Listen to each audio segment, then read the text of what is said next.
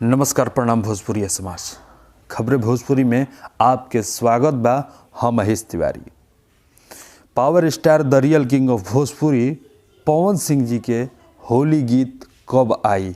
सबसे फेमस सवाल, सबसे अधिक एक घड़ी मन में चले वाला सवाल यह बा कि आखिर पवन सिंह जी के होली कब आई। सबके होली आ रहल बा।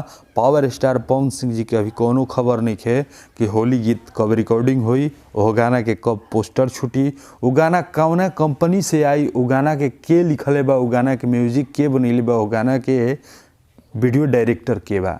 सब क्वेश्चन के आंसर लेकर उस के बीच में हम हाजिर बानी। बता दी कि पावर स्टार पवन सिंह जी अपना फिल्म के शूटिंग करे खातिर लंदन में लोकेशन पे शूटिंग कर रहल बानी। फिल्म जोरों शोर से शूटिंग चल रहा बा। बहुत जल्द ही पावर स्टार पवन सिंह जी शूटिंग ख़त्म करके भारत लौटे वाले बानी। बहुत जल्द के मतलब कि यह 16 तारीख के पावर स्टार पवन सिंह जी इंडिया में आ जाए। पावर स्टार पवन सिंह जी के 17 तारीख के होली गाना के रिकॉर्डिंग स्टार्ट हो जाई। ऐसे कि पावर स्टार पवन सिंह जी के गाना सिलेक्ट हो चुकल बा, गाना लिखा गइल बा, गाना के म्यूजिक भी तैयार बा, गाना के ट्रैक सारा तैयार बा। पावर स्टार पवन सिंह जी जैसे ही आई एक बाद वो गाना के रिकॉर्डिंग स्टार्ट हुई और गाना रिकॉर्ड कैले के बाद में ज़बरदस्त तरीका से जैसे एकदम पावर स्टार पवन सिंह जी होली में धमाका करीला, होली इंतजार रहेला पूरा दर्शक लोग के कि होली में एकदम गर्दा पावर स्टार पवन सिंह जी करबे करेला, ई फिक्स रहेला।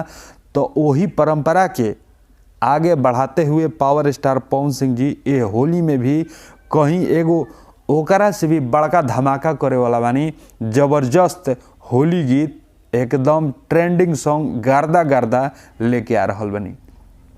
बहुत जल्द ही वो गाना के 18 या 19 तारीख को गाना के टीजर रिलीज हो जाई, पोस्टर रिलीज हो जाई और सीरियल बाय सीरियल वो गाना के हर एक कंपनी से रिलीज कल जाई। जैसे ही वो गाना के नाम, टाइटल, पोस्टर आ जाई, हम लोग सभी के बीच में फिर से हाजिर हो जाई।